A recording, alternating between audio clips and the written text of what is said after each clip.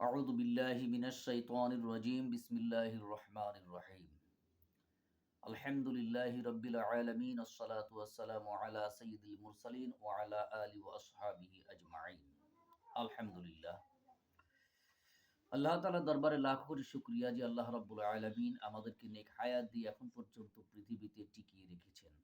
এটাই আল্লাহ তাআলার সবচেয়ে বড় নিয়ামত। এর চেয়ে বড় নিয়ামত আর কিছুই হতে পারে না। সারা পৃথিবীতে কোটি কোটি মানুষ মারা যাচ্ছে, আমরা এখনো জীবিত আছি। এটাই আল্লাহ রাব্বুল আলামিনের সবচেয়ে বড় নেয়ামত। আলহামদুলিল্লাহ। আজকে আলোচনা করব যে কারা শরীয়তের পরিভাষায় আলেম না। এই ব্যাপারে মাকতুবাতে ইমাম রাব্বানী নামক কিতাবের বরাত দিয়া জোখিয়ে কারামাত কিতাবের ইলিম ইলমের বয়ানে ৩ নাম্বার তামবিহতে লিখা আছে।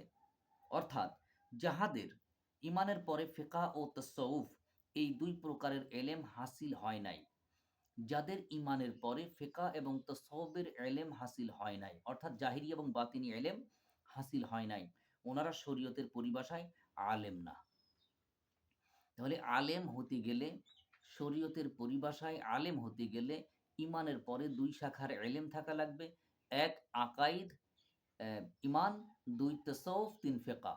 বিশেষ করে ইমানের পরে জাহিরি এবং বাতিনি, ফিকহ, তাসাউফ এই উভয় প্রকারের এলেম তাদের জানতে হবে। উনারা শরীয়তের পরিভাষায় আলেম।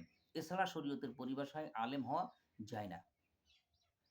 উক্ত কিতাবে আরও লেখা আছে, মূল কথা, যাহারা শরীয়ত মোতাবেক আলেম নহে, তাহারা আলেম রূপ ধারণ করিয়া ওয়াজ বা আম তাবলিগ করিলে অথবা পীর সাজিয়া মুরিদ করিলে বিশ্বনবীর হাদিস অনুযায়ী নিজেরাও গোমরা হয়, সমাজকেও গোমরা করে। তাহলে যারা সত্যিকারের আলেম না, তারা ওয়াজ করছে। যারা আলেম না, পীর সেজে আছে। যারা আলেম না, আলেম সেজেছে। যদি ইনারা পীর সাজে বা আলেম সাজে, ওয়াইজ সেজে সারা পৃথিবীর মানুষকে হেদায়েতের চিন্তা করে, আসলে এনাদের দিয়ে গোমরাহ বা ফাসাদ তৈরি হবে। এইজন্য আলেম হয়ে প্রচার করুন। আলেম হয়ে প্রচার করলে সমস্যা নাই, আলেম হয়ে পীর হলে সমস্যা নাই, আলেম হয়ে বক্তা যদি হয় তাহলে সমস্যা নাই। এখন আমাদের বাংলাদেশে যদি কণ্ঠ ভালো থাকে, সুর যদি ভালো থাকে, ক্লাস 8 পাস করেও তিনি তাফসীর করছেন। আমাদের দেশে যদি কণ্ঠ ভালো থাকে, উনি ক্লাস 5 থেকেই মনে করেন ওয়াজ মাহফিল শুরু করে দিয়েছেন। অর্থ ইনকামের একটা রাস্তা। তো আল্লাহ রাব্বুল আলামিনের কাছে দোয়া করি আল্লাহ তাআলা যেন আমাদেরকে আলেম হয়ে ইলমের খেদমত করার তৌফিক দান করেন। এটাই আমাদের জন্য ভালো হবে। আর যদি আলেম না হই তাহলে আলেম হওয়ার চেষ্টা করতে হবে। আল্লাহ তাআলার যে দিন, আকাইদ, তাসাউফ, ফিকহ এটা শিক্ষা প্লাস আমল করলেই তো একজন মানুষ আলেম হতে পারে। তো আলেম হওয়ার জন্য তার বিশাল কিছু লাগে না।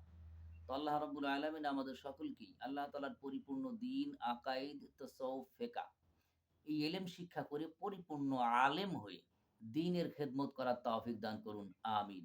আসসালামু আলাইকুম ওয়া রাহমাতুল্লাহি ওয়া বারাকাতুহু।